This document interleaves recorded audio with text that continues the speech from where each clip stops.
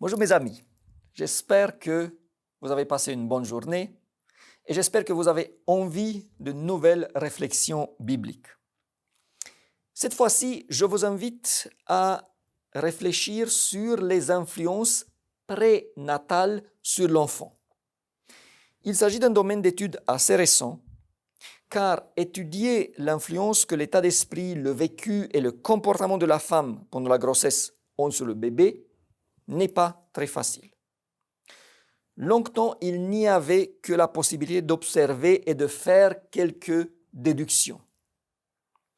Mais à l'université de Rennes, ces phénomènes ont été intensément étudiés ces dernières années et plusieurs thèses de doctorat ont été publiées. Je fais référence à une d'entre elles, soutenue par Marion Charrier en 2021 en neurosciences.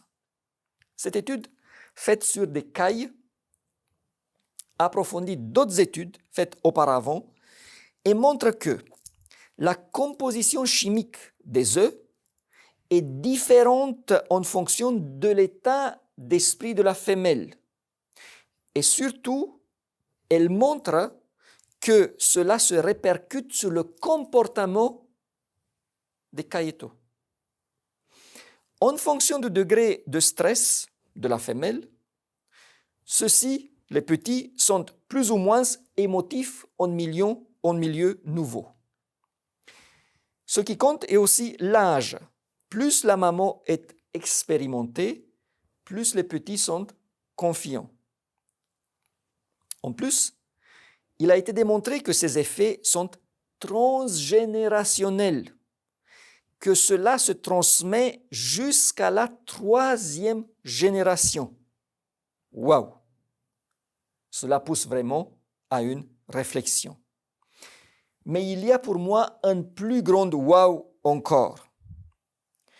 Et celui-là est dû au fait que la Bible, écrite il y a plus de 2000 ans, on parle déjà de ces influences prénatales.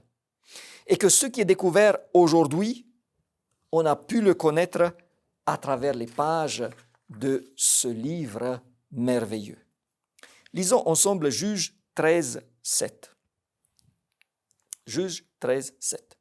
Il m'a dit, tu vas devenir enceinte et tu enfanteras un fils.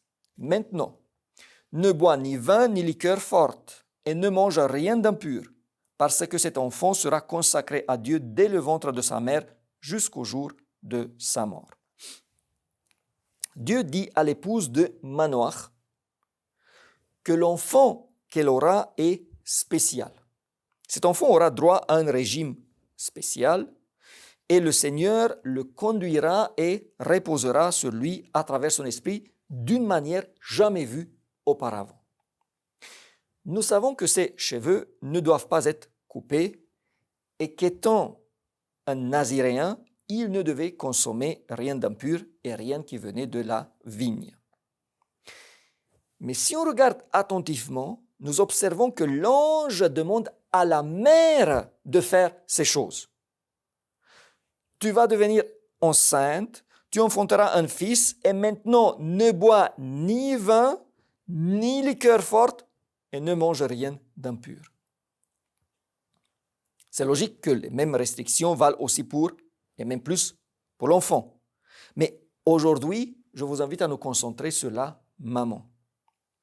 Le Seigneur demande à la mère, et cela ce n'est pas du tout habituel, de suivre un certain régime de vie en prévision de ce que l'enfant qu'elle aura devrait accomplir.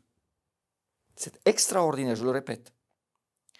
Quand quelqu'un est appelé à une certaine mission, quand quelqu'un est mis à part pour un certain projet, cela concerne chaque fois la personne elle-même.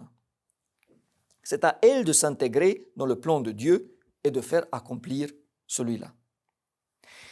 Ici, c'est différent.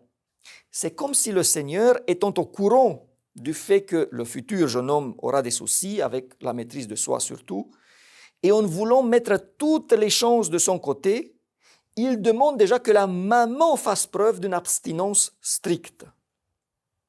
Cette demande formulée par l'ange de l'Éternel montre que les influences prénatales sont une réalité.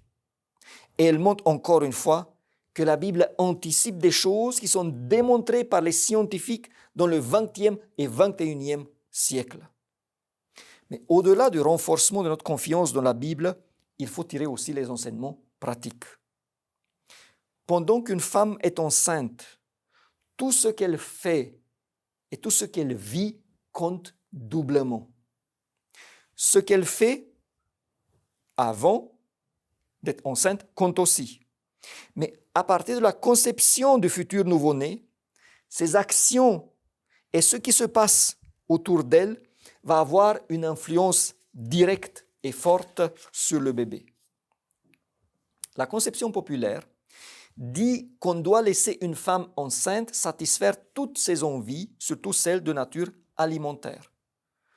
Maintenant, il est clair qu'il faut éviter la privation, qu'on doit subvenir avec empressement à ses besoins et qu'elle doit être protégée, et cela surtout mentalement. Mais regardez bien, est-ce que le Seigneur demande à l'épouse de Manoach de se laisser aller dans ses envies alimentaires ou de s'abstenir? Voyez? Une femme enceinte devrait éviter de consommer tout ce qui est mauvais pour la santé. Elle devait être hyper rigoureuse dans la réforme sanitaire et alimentaire et justement ne pas trop manger.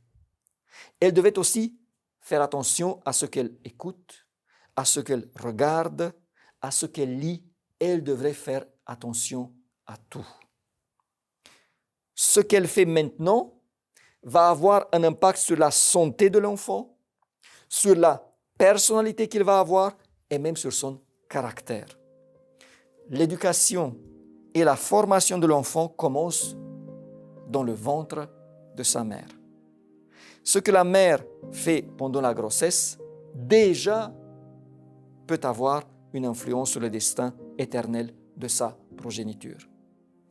Avoir un enfant, c'est une grande bénédiction et une grande joie, mais aussi ô combien grande responsabilité. Prenons cela au sérieux, mes amis. Au revoir et à la prochaine.